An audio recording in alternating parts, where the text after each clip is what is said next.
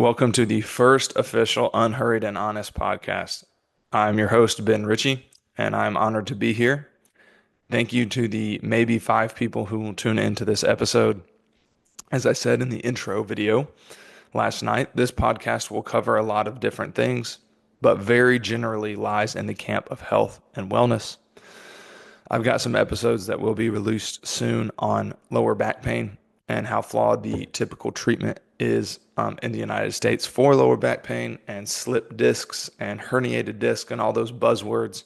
I dive into that with two really knowledgeable friends of mine that are physical therapists and talk about all the different options there and that there's hope for you if you have those problems. Another on gluten and if you have problems with gluten, should you go gluten free or is there a better option? I do believe there's a better option, and hopefully I'll be talking about that soon. And I've also got two good conversations with a friend of mine who is a counselor and former missionary, and we're going to be talking about mental health and the church. And it's a broad conversation, so I hope you join in soon. But today I am going to be covering a hot topic, a controversial topic. It's become more popular and more controversial in recent days. I'm going to be talking about raw dairy today. So that may bring up different emotions in all of you. Some of you may be turning this video off now because you think I'm an absolute maniac for even doing a video and possibly saying that raw dairy could be a good thing. Some of you may be cheering right now. I don't know. So, my goal in this podcast is to not be political. That's not really what I'm going for. I am someone who is not able to digest dairy from the grocery store. I just can't do it. It tears me up no matter what I do. But I have benefited from consuming some raw dairy products, not all, but some. And we'll get into that. So, my goal, my heart in this conversation is to share my journey with you, share what I've learned so that you can determine is raw dairy something that you might want to try or you should try or not. I'm going to leave that up to you. So, what is raw dairy? Is it friend or foe? So, first, we're going to talk about the safety of raw dairy because that is the primary concern for most people. And if you do a quick search online, you're gonna it's gonna be very clear what the FDA or the CDC feel about raw dairy. So I'm gonna actually quote from their website right here, and it says, symptoms of foodborne illness from raw milk include diarrhea, stomach cramping, and vomiting. In some cases, more severe outcomes like Guillain-Barré syndrome or hemolytic uremic syndrome can occur, potentially leading to paralysis, kidney failure, stroke, or even death. So that is directly from the CDC website. And wow, I mean, if that doesn't scare you, I don't know what will. And I want to be clear, if I believe that any food, if I believed that raw dairy posed that kind of threat to Americans, and then absolutely it should be outlawed. But what I'm going to try to show in this pod is I don't know if it really poses that threat as much as it's made out to be in the media. So we'll get into that. So I first want to address where does this idea come from that raw dairy is this toxic, extremely lethal thing that we should all run away from and never listen to any podcast about. So where do we get this idea? And what I want to say first is very clearly, this idea comes from a very real place. It comes from a very real time in human history where many people did get sick and die from consuming raw milk. Now, I'm going to explain why the problem wasn't actually with the milk. It was about the processing and what got into the milk. So once again, I want to acknowledge that this whole thing started from a very real place of people suffering, people dying. So, if you're really opposed to raw milk and you hate me right now, I just want you to know I do believe that you are coming from a good place. You want to protect people. But I'm going to get into some details here. So, there's a whole thing. This could be a separate episode, but I'm just going to go into a little bit of detail. So, the main place where we get this idea that raw milk is extremely bad and toxic and could be deadly is from something called, from my understanding, and once again, I'm not an expert, but the swill milk scandal. And it mainly happened in New York in the 1850s. And once again, this could be a whole nother episode. Um, but here it is, the swill milk scandal. I'm going to quote from this article. Just for time's sake, I can't, it's just easier for me to quote from it. And I'm going to attach that article to this. So if you want to read it in depth, please do. But here's just some quotes from it. So having pure milk dairies in urban areas, as opposed to rural farms, was not a feasible option. New York City did not exactly have an abundance of grazing pastures, and shipping in natural food proved to be very expensive. Um, and what they're getting at is supposedly in this time, it was when the population was growing a ton, especially in cities. So most of America lived in the country until about this time. And then people started flocking to cities. This is my understanding. People started flocking to cities. So, of course, New York didn't have a lot of pastures, right? And this was when New York started to become more and more populated. So that's what it's talking about here. So the swill milk scandal mainly happened in New York. So what they're saying is here, New York didn't have the pastures that most people had had prior to human history, right? Most people at least lived close to a farmer. But now we're getting this densely populated city where there's not close access to farmers, and shipping in natural food proved to be extremely expensive. Thus, going back to quoting the article, thus deviously inventive distillers found a workaround by attaching metal sheds to their facilities and piping in hot cereal byproduct as feed for cows. They could both produce milk in the city and make money off their waste. So, distillers. So, yeah, I'm sorry if it's not super clear, but they're talking about alcohol.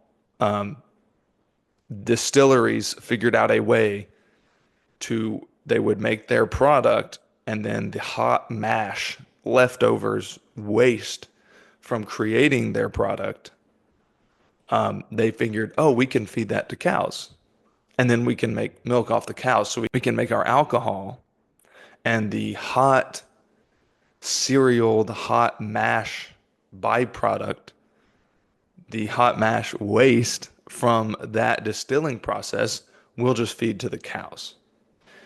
So first of all, that's not green grass. So that's probably an issue. So we'll go back to the article. Swill-fed cows were said to produce between 5 and 25 times more milk than their grass-fed counterparts, perhaps because, as the Times theorized, the impurities of the animal's body passed off with the milk. It was a diet solely consisting of swill that proved particularly damaging to the cows. When introduced to the boiling liquid, cows typically refused to eat for a few days until desperation drove them to consume the slop. McNure writes, a diet consisting exclusively of the swill made the cows sick, led to ulcerated sores all over their bodies, and caused their tails to fall off.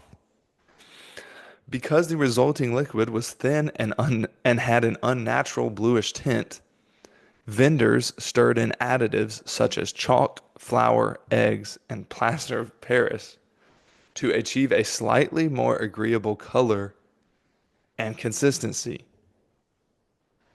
So what this article is saying is at this time when they were in New York, when these distillers were feeding the cows solely the leftover waste product from their distilling, the cows had ulcerated sores, their tails fell off, the milk that they got had a bluish tint. It looked unnatural, so they would put flour and chalk in it to try to make it look more white. This article states that it's possible that at this time, 50 to 80% of the milk consumed in the large northeastern cities was this swill milk. So possibly 80% of the milk consumed in large northeastern cities at this time period was this blue, unnatural milk with chalk in it. So obviously that's going to be bad for humans, right? So in this time period, an incredible tragedy. 8,000 infants passed away. I mean, that is awful. I mean, words can't even do justice to how tragic that is. And they think, these infants passed away from getting sick from the milk.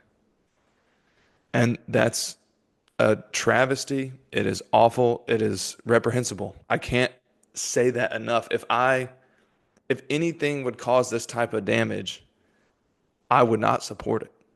Of course. So then pasteurization was introduced a little later, and it made this milk less toxic, as did the government, because the government began to enforce better and cleaner standards of food processing after all this started happening. So I just want to make it clear, if raw milk was truly such a toxic thing, that was such an incredible hazard to human life,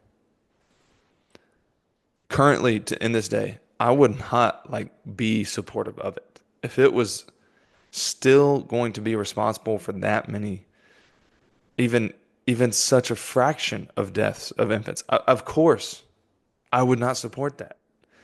If raw dairy was still this type of threat to public health, of course, I would not want it. I would not be making a video supporting it. So I just want to make that clear. What happened with the swill milk scandal is an utter tragedy. And if anything posed that type of threat to public health, we should ban it immediately and never think about it again. I just don't personally believe raw milk still plays that role. So conditions and equipment are so infinitely better these days. And I'm going to read some statistics to try to sway you a little bit here. So this is the argument that pro-raw dairy consumers will give you. And the one that I generally believe and will promote here is that raw dairy is just as safe as anything else you can buy from the grocery store. So generally, I'm not saying that every person online that supports raw milk, I'm going to agree with everything they say, but generally I agree with this. So this is an article I will also post a link to, but here's some here's some quotes from that article. So this is from getrawmilk.com. So a little biased, but here it is. So in recent legislative hearings, numbers were brought by opponents to the legalization of raw milk. Commissioner Mike Strain of Louisiana stated that 3.2% of the U.S. population consumes raw milk, greater than 10 million people. He goes on to state that 761 get sick per year, with 22 cases requiring hospitalization and 0 deaths.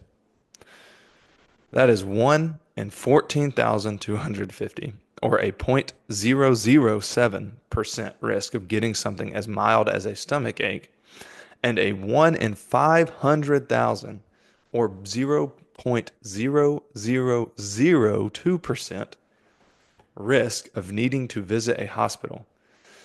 Death doesn't seem to be on the table without comorbidity and does not happen often. These numbers are spread across all farms, modernized and sanitized farming operations, high performing, low performing, and the most rustic cottage industry offerings all get thrown in the same data set. Identifiable sanitation errors in production lead to virtually all cases where illness can be conclusively attributed to a raw milk product. If a person is healthy and consuming raw milk from a clean source, the personal risk is assumably lower than the data above. If a person is healthy and consuming raw milk from a clean source, the personal risk is assumably lower than the data above. Assumably lower than 1 in 500,000 to go to the hospital. Pretty cool. I mean, that's a shocking difference than what we just read about from the swill milk scandal, right? So I'm going to continue to quote this article, and now this one's really interesting, and you really might be hating me after this, but this says, leafy greens sicken more people than raw milk. This is not only due to the fact that more people eat leafy greens, but also at the rate at which leafy greens sicken people. Leafy greens, now this is really actually crazy. Leafy greens cause 9.8% of foodborne illness in the United States each year, with an estimated 2.3 million people affected. If we assume that 333 million people are consuming leafy greens, or the entirety of the US population, which is not happening, but let's assume the entire US population is consuming leafy greens. The rate of illness per consumer associated to leafy greens is 0.69%. 0.69% of leafy green consumers get sick from leafy greens. 0.007% of raw milk consumers get sick from raw milk. Our raw milk, okay, so that's pretty shocking. But someone might say, well, maybe that's true, but consuming raw milk, if you get sick, it's deadlier. It's way worse for you than leafy greens. Okay, well, let's address that. Are raw milk related illnesses worse? Not if both raw milk and lettuce are suspected to carry the same pathogens like E. coli, blah blah blah. Salmonella, listeria, hemolytic uremic syndrome, like we read about earlier, can come from any food because the bug is independent from the food, which is the base concept of germ theory. Once again, I don't know about all that. I'm just quoting the article. Plant-based imitation milks contributed to the deaths of 2 people in August 2024, reminding us that the illnesses attributed to raw milk are not uniquely dangerous, as these same pathogens can be delivered by foods other than raw milk. So that's pretty shocking. And what that's saying is raw milk's not really that much more deadly or sickening than other things. It's theoretically, it's 100-fold less likely that you will get sick from raw milk than you will from leafy greens. Now, I'm not telling you to not eat leafy greens, and I'm not saying we should ban leafy greens, but we should look at this data and kind of sit with it and understand it's a different situation than the swill milk scandal. So I'm going to quote another article here. And once again, I'm going to leave all these articles for you to go read and double check me. Please double check me. I've been wrong before. Here, I'm going to quote this other article, and it says the potential. So it studied a lot of outbreaks. So the potential for foodborne illness continues to be a small but real risk from consuming unpasteurized fluid milk. Analysis of data over a 12-year period demonstrates that increased access to this product within the United States has not led to increased outbreak rates. On the contrary, total reported unpasteurized milk associated outbreaks have declined since 2011, despite increased production. And outbreak rates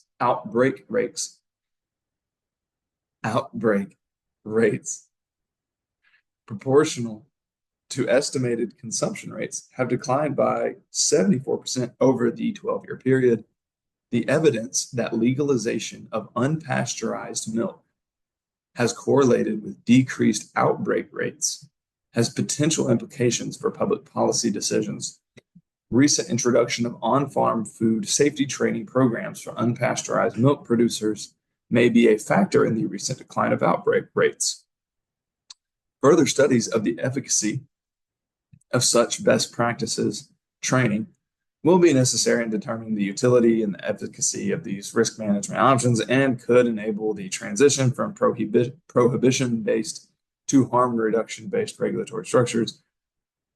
This in turn will enable the further development safe and minimally processed dairy products to take advantage of the enormous public health benefits that would result from a significantly lower incidence of infections and allergic disorders provided by the consumption of fresh, unprocessed milk. So pretty much what that is saying, that is a study that I guess studied 12 years of outbreaks of unpasteurized milk and essentially said that a bunch of people have increasingly been consuming raw milk every year since 2011 until 2023, I assume.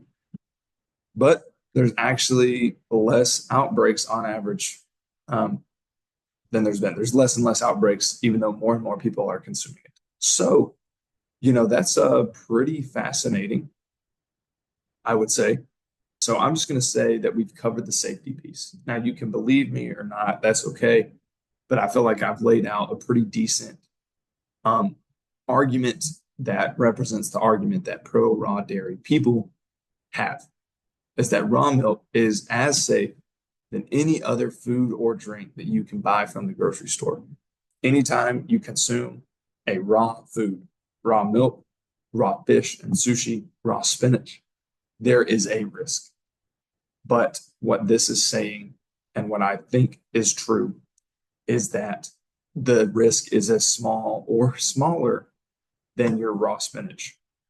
So you're not really risking anything more than usual, in theory, if you drink raw milk. Now, I'm going to talk about some things and how to, ensure you're getting it from a good place and ensure the safety of the farm. Like I'm going to talk about that later. And of course, you want to do that. You want to go to the farm that you're buying the milk from. You want to assess that for yourself. You want to look at it. The milk that my wife and I buy, it comes from a local health food store. They sell the raw milk from local farms. And I was talking with a cashier the other day, and she told me that they get two shipments of 60 gallons of raw milk a week, and they pretty much sell out every week. And that's just one small store. This same store has two other branches that are much bigger. So there's no telling really if their smallest one sells 120 gallons a week. We could be talking 300 or more gallons a week, and this is just in one small area that I live in. If people were getting sick from that, it wouldn't be selling out. If people were coming in and buying their milk and going home and getting deathly ill on a somewhat regular basis, they wouldn't sell 120 gallons a week, every single week. I mean, that's just because that word would get around, that would be easy for that to get around. So anyways, we've covered the safety piece. So now I want to talk about why. Why even think about consuming it, even if the risk is small? One obvious reason is that either you or someone very close to you does not tolerate consuming pasteurized dairy very well. Many pro-raw dairy people claim that they cannot tolerate pasteurized dairy, but can eat raw dairy all they want. And I'm one of those people. Raw dairy advocates claim that raw dairy is easier to digest due to enzymes and beneficial bacteria that give it a possible probiotic effect and have some health benefits that pasteurized dairy does not have. Now, some of you are going to say, look at the science. There's never been a study that proves there's a probiotic effect in raw milk. I don't know that. I'm not a scientist. I haven't read all the possible literature about raw milk. I have read some, and I've read one of the articles they talk about that proves there's no probiotic effect. If you just actually read the study, just browse over it, you're going to clearly see there's problems. But anyways, I'm not going to get into that right now. And I'm not going to dive into the science, but I will say being able to consume raw dairy but not pasteurized dairy is true for me. A few years ago, I won't get into the whole story, but I had extreme acid reflux, bloating, indigestion, and overall just began to experience very poor gut health. It was debilitating. I was in very severe pain every day from the reflux, even if I was eating chicken and rice, even if I was eating broccoli and chicken, it did not matter. I was hurting. And yeah, I was confused. And I knew that dairy was a trigger for me. I never had raw dairy at this point, had never even heard of it. So I avoided it. When my acid reflux got bad, I just didn't touch it because I knew that it was probably a problem for me. So I just didn't even entertain the idea. Even after I greatly improved after a year of a very strict diet, which cut out many things, like I said, including dairy. And I took a lot of supplements under the guidance of a naturopath doctor. Anytime I consumed any sort of pasteurized dairy, it would throw off my stomach for literally days. My digestion would be off and my acid reflux would come back for a few days after consuming it. So I just avoided it at all costs, like probably many of you have to do. A lot of us have to avoid it. And yeah, I didn't have it often, and this was after I had improved a lot. But anytime I dabbled, it went very badly with pasteurized milk. And so, how I got into it is long story short, my wife grew up consuming some raw dairy products because her mom is in kind of this realm. And so we started looking into it because we were like, man, cheese is really good. We wanted to eat cheese again. And I wanted to be able to drink milk. So we looked into it and we found a local farm that sold raw milk and raw cheese. And I ate it and I drank it and had no problems. And I'm not even exaggerating. That's not an exaggeration. I could not tolerate pasteurized dairy. Even a sip or two, my stomach would be thrown off for a few days. And not just a little, like, tiny little tummy ache, but like, yeah, not a fun situation if I ate dairy. And I am not kidding you. I felt fine. I had no ill effects in the days after eating and drinking this raw dairy. Drank a whole glass of milk. I think we had taco bowls maybe the first time and shredded the cheese on there. It was great. And I loved having cheese on the taco bowls. I loved having a glass of milk with cookies or just by itself. The one time it did upset my stomach, but it was very slight. It wasn't much. And it was probably because we usually, when we got it, we were able to refrigerate it in 30 minutes or less. But we had one day where logistically it just wasn't a good day. And it took us over an hour to get it refrigerated. So it upset my stomach that time, but it upset my stomach actually less than the pasteurized did, even though we didn't refrigerate it correctly. So even not refrigerated correctly, raw milk upset my stomach a lot less than pasteurized milk did. Yeah. The point that I'm trying to make is that one good reason to consider consuming raw dairy is that it might allow you to begin to eat and drink dairy products again without the digestive problems, the digestive difficulties. A side note, raw milk and cheese taste delicious, most likely because they're full fat, they're minimally processed, they're natural. One thing I'll say before I move on, there are some mistakes you can make, speaking from personal experience with raw dairy, that could allow for some digestive difficulty. So please tune in to this whole video later in the video as I review those things so that you can learn from my mistakes and setbacks. There is another reason, yet another reason to consider consuming raw dairy. That's important.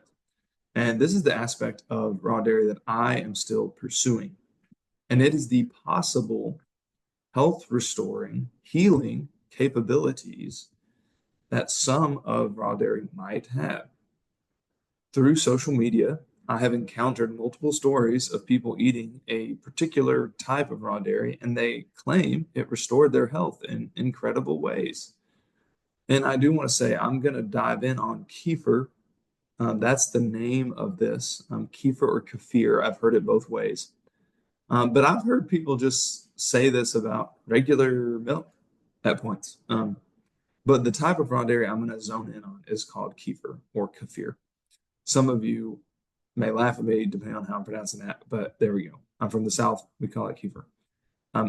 I've heard and seen people online that claim they had Crohn's disease or some other autoimmune condition, and it began to heal after they started eating more and more raw kefir. I listened to one podcast where a man was on permanent federal disability, but after consuming more and more raw goat's milk kefir, along with some other lifestyle changes, he became so well that he took himself off disability and became a farmer. Others claim that they have had chronic gut issues, but that once they began to consume this product, their digestive difficulties slowly cleared up. Some women report they were able to gain weight and be at a healthy weight for the first time in a long time after eating a bunch of raw milk kefir regularly. I can't verify each one of these stories, but there are so many stories.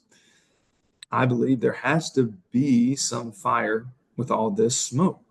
I mean, you can read online and you just see all sorts of people saying that they or a loved one had these crazy health problems, these crazy digestive problems, and they started eating or drinking some just regular plain old raw milk, but a lot of them is this kefir, and that their health issues miraculously cleared up after years of having problems. It's crazy to read. And once again, I can't verify them all, but I mean, there's so many people saying it. There has to be something there. So what is kefir? It is fermented milk. If you look it up online, you'll see many articles talking about how even pasteurized kefir is good for your digestion due to its high probiotic content. You can also see that it will work wonders for your immune system. Um, it is lower in lactose content due to the fermentation process breaking down lactose already before you even eat it. I'll let you read up on that. But the bottom line is, regardless of what the FDA or CDC may tell you, many people claim that raw milk kefir transformed their health. And not just kefir, but raw milk too. I have not been able to find any raw kefir yet. It is hard to find. It is difficult to find, probably because it is a process to make. It's kind of like sourdough, the process to make it. In the states that I've lived in, simply do not allow raw dairy to be sold for human consumption. Um, Thankfully, we can find some milk here, but the kefir is difficult. Supposedly, it is easy to make your own kefir at home. I have not got around to that, but I am happy to report that I have found a local farm or two that sell delicious raw milk at the store I was talking about earlier. And so I'm hoping soon to get my hands on some kefir grains and to begin to ferment some milk so that I can see if this product can be truly as transformative as reported. I still have a somewhat restricted diet, but it's so much better. But I can not tolerate certain foods. I cannot touch gluten. I cannot touch pasteurized dairy. There's multiple other things. Random foods bother me. And I want to see if kefir could help me. I want to see if kefir could take me to that next level. Um, I deal with anxiety, which can be pretty intense at points. I still feel like I'm not able to exercise as vigorously as I could prior to my health issues. And I'm just excited to see that if I incorporate kefir, if that can help. I want to get back to running as much as I used to. I want to get back to the pace that I used to run at. I'm just not able to do that yet. And I want to get there, and maybe kefir could help me. Um, so that is kefir. That is raw milk. So there's a possible health benefit. Now I want to transition to the last piece of this. Um, and this is going to be kind of nerdy and nitty gritty. But these are some potential issues you could run into if you begin to consume raw dairy. So once again, this is going to be tougher to follow, but please stick with me because it's possible that if you're like, heck yeah, let me go get some raw milk, um, you could get the wrong kind, and I'll explain that. So the number one reason I'm going to give you is fake raw milk. Um, what do I mean by fake? So certain companies will, so just to lay the grounds, is that pasteurization is clearly defined. So the definition of pasteurization from the FDA is heating milk up to 161 degrees for 15 minutes. So it's clearly defined. Raw is not clearly defined. Raw is just anything under pasteurized. So certain companies will heat their milk just below the pasteurization requirement and are able to call it raw because it is technically not hitting the requirements of being pasteurized, but it is heated to a point that would destroy all the beneficial things in it. That's the main problem with pasteurized milk is that people say it's heated so high that all the beneficial bacteria, that all the beneficial enzymes are destroyed by the heating process. So, for example, Organic Valley specifically, I think is notorious for this. They reportedly heat up their milk to 158 degrees for 15 minutes, but they can still call the cheese they make from this milk raw because it's technically not 161 degrees for 15 minutes. It's only 158. So don't go to the store and buy raw Organic Valley cheese and then say it hurt my stomach. Well, it's going to hurt your stomach. It's just pasteurized cheese, essentially, 3 degrees lower. You're not getting the benefit of raw dairy from that. So stay away from Organic Valley. The second reason, and we're getting more and more nerdy here, but the second reason you could have a problem with raw dairy, even if it's not fake raw dairy, even if it's not heated to a certain point, is a casein intolerance. And this is speaking from personal experience as well. So everyone knows about lactose intolerance, right? You've heard it a million times. I'm lactose intolerant.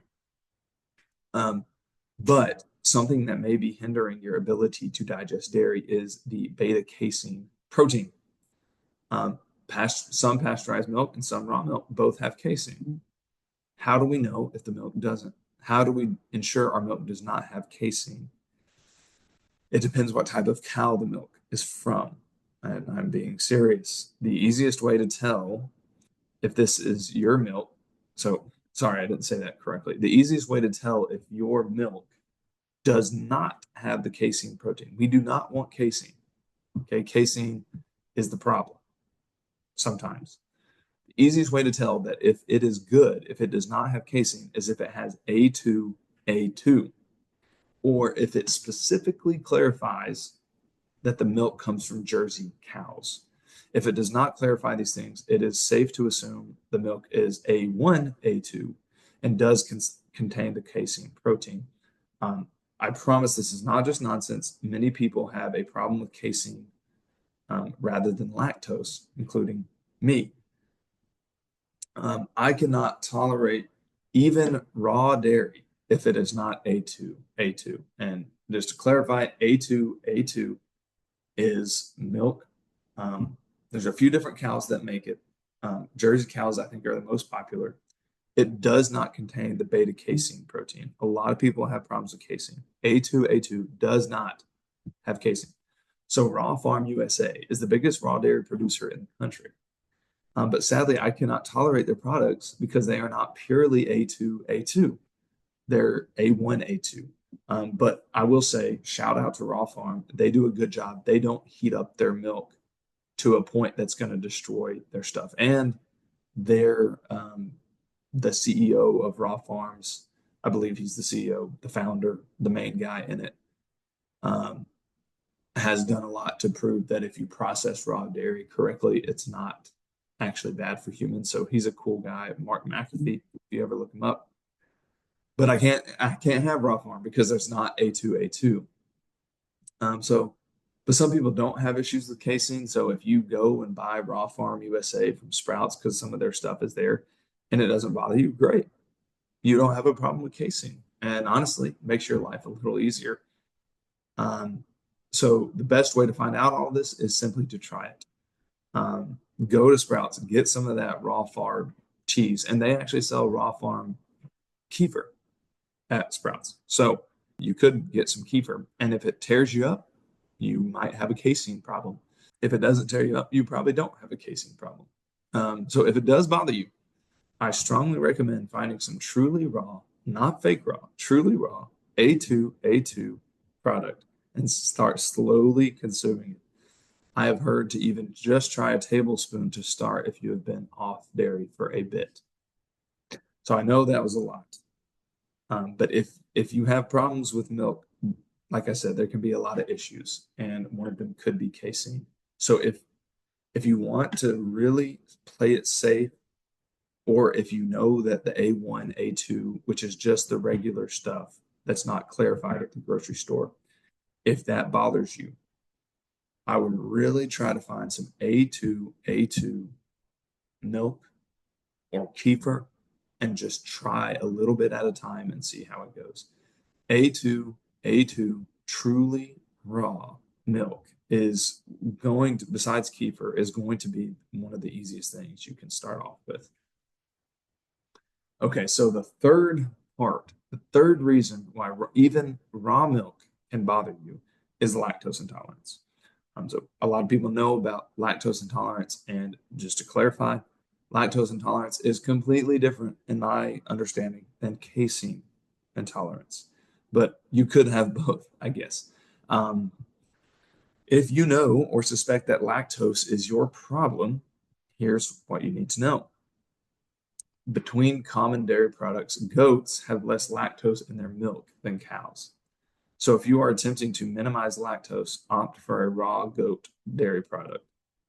If you are extremely sensitive to lactose, the best option for you to consume is truly raw goat milk kefir. Once again, the fermentation process breaks down a lot of that lactose, therefore reducing the amount of lactose your body has to deal with. And all goat's milk is actually A2. So by going goat's milk, you can avoid you can avoid a lot of lactose, and you can avoid casein. One final note on the subject: if you begin to look into raw dairy, you may see milk or cheese that advertises that it comes from Jersey cows, brown Swiss cows, Guernsey cows. Jersey is the most commonly specified from my experience. But the reason why companies will specify these types of cows is because they produce the A2 milk. As I said earlier,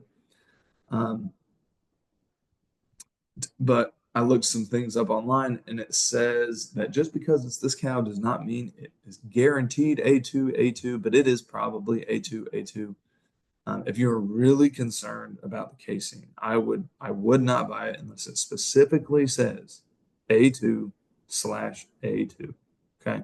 So in conclusion, if you are really worried about getting back onto dairy, if you are really worried about your gut's response, you want to try in some way to get your hands on raw goat milk kefir. But once again, I started out with A2 cow's milk, and it goes well. So I don't have problems with A2 real raw cow's milk. So you can start off with that, unless you just know you're incredibly sensitive to dairy and you need to find the least problematic thing. All right, so here we are at the conclusion. That was quite a bit of information, but I hope it was helpful. In conclusion, I do think raw dairy is generally safe. I believe it can either give people a way to enjoy dairy again, or possibly improve and even restore their health. So if you want to enjoy the goodness of dairy again in your diet, or have some lingering gut or health issue, I encourage you to look into raw dairy. And I do want to clarify, and this is really important, that it's good to be concerned about the safety, right? Like, you want to make sure it's safe. I want to make sure mine is safe. I'm not just drinking raw milk from anywhere. So one way to ensure safety of the product is to visit the farm where it's produced. My wife and I did that when we first got it. We did not watch them milk the cows, but that's a good idea if you want to do that. But we did walk around the farm. We spent considerable time in their store, and we saw many other people come in and out purchasing products. My wife also went to a pickup order where the farm delivered, and there was a considerable amount of people there picking up their order. So based off how clean and well taken care of their farm and store appeared, as well as how many other people we saw buying their raw dairy products, we felt safe buying it. I absolutely, positively recommend touring the farm you are considering buying from, meeting the farmers, asking questions. Let them give you a tour of the facility to ensure that it seems clean and well run. Obviously, if they act strange about it or don't want you to tour, that's a red flag, you know. And some people online, like I said, say it's a good thing to watch them actually milk the cows. And you want to just buy it from a reputable source. So, I mean, the store, like I said, 120 gallons a week from the store we buy it from. If people were getting sick, people would not be buying that milk. So you want to go to the farm, or you just want to, you want to buy raw milk from a place where a ton of other humans buy raw milk. I mean, those are just a couple um, ideas for you if you're really concerned about the safety. And it's a good thing to be concerned about the safety. I've attached a couple of links to websites that could help you locate some raw dairy farms near you if you want to check that out. And I have personally seen that I can have high quality A2 raw dairy, but not pasteurized dairy. And I enjoy it because it's delicious. It is so good. And I love having cheese back in my diet. I love having milk when I can. And it's just so much better than the plant-based stuff. And the plant-based stuff is expensive too. So, I mean, raw milk is expensive, but it's really not that much more than plant-based milks and cheese. And I can tell you, it is so much more tasty than those things. And a lot of the plant-based milks and cheeses, look at the ingredient list. I mean, it's long, and raw milk's just one ingredient, and it tastes better. It is a little more expensive, but it tastes better. So I encourage you to check it out if you want to. I am still searching for some kefir. I haven't made it yet. I haven't found it yet, and I want to get that so I can maybe take that next step in my health journey. I did find some goat's milk, and I guess that was a second experience that I had with raw milk that wasn't awesome. I talked about the milk we had earlier that we didn't refrigerate correctly, and that was our fault. But once again, it hardly upset my stomach. But I bought goat's milk the other day, and it was so sour I could not drink it. I had to throw it away. I don't know why it was that way. I took a couple sips and it didn't hurt my stomach at all, but it just tasted so sour. I didn't want to drink any more of it. I don't know if it was bad or if I just wasn't ready for it. I think something was wrong with it. I believe that covers everything I hope to in this video.